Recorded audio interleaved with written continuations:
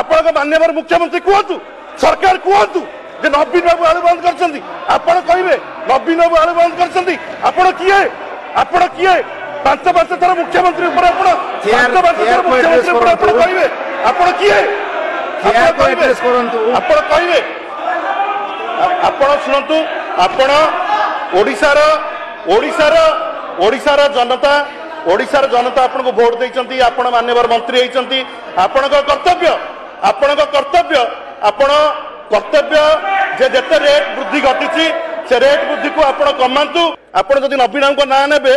100 थर चिंता करके नेबे 51 जन एठी बसछु नवीन को ना नेबे नहीं भूल कथा कहबे नहीं वेस्ट बेंगल कहीं 4.2% हम मुद्रास्फीति आमर कहीं 8% हम मंत्री कहले आम मागी खिया नुह किए कौच कि मागी खिया आम कौन मागणार वेस्ट बेंगल आणुलु डायबिटीज हम नहीं यूपी आलू आप लाबोरेटरी किए आपको रिपोर्ट देला 74% लोक पैसा को लेकिन चिंतित अच्छा लोकों पाखे पैसा नहीं लोक दरदाम हु हु बढ़ी चलती आपड़ कहे यहाँ तथ्य उपर आधारित नुह यहाँ मिछ कथा मार्केट जो रेट अच्छी लोक जो रेट किणुंट आप अधा रेट कहे कहे मुझे 30 टकर आलू किणुचे लोक 50-60 टकर आलू किणुंट गोटे भी कलेक्टर कहीं रिव्यू करना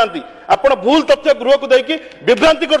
ट्रेन में आलू आसूसी कहले ओडिशा सारा घरे घरे छुआ भी जानले जे मंत्री कहते ट्रेन में आलू आसो जे 300 ट्रक आलू आसूची आप जानती प्रत्येक दिन ओडिशा को 300 ट्रक दरकार आप 300 ट्रक कहीं खसी बस व्यवसायी मैंने कहले घर पानी बुड़ी आठी है मंत्री गछरू तोली कथा कर व्यवसायी मैंने मगेई मंत्री शुणिकी कथा टीवी कहले मंत्री तरफ कौन पदक्षेप ना आम सरकार बेले प्रोब्लेम होता किंतु यूपीर बेपारी मानक डकाई आम ओडिशार बेपारी माने बसते कथबार्ता है जो समय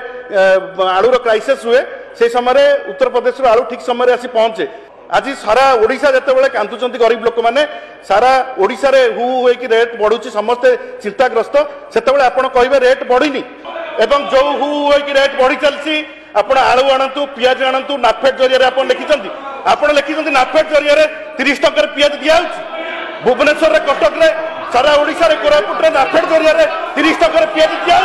माननीय मंत्री उत्तर रखिं नाफेड जरिया पियाज दिया नाफेड जरिया मिछ कथा जहाँ लिखिं संपूर्ण मिछ कथा ओडिशावासी को विभ्रांत करने बंद करंतु।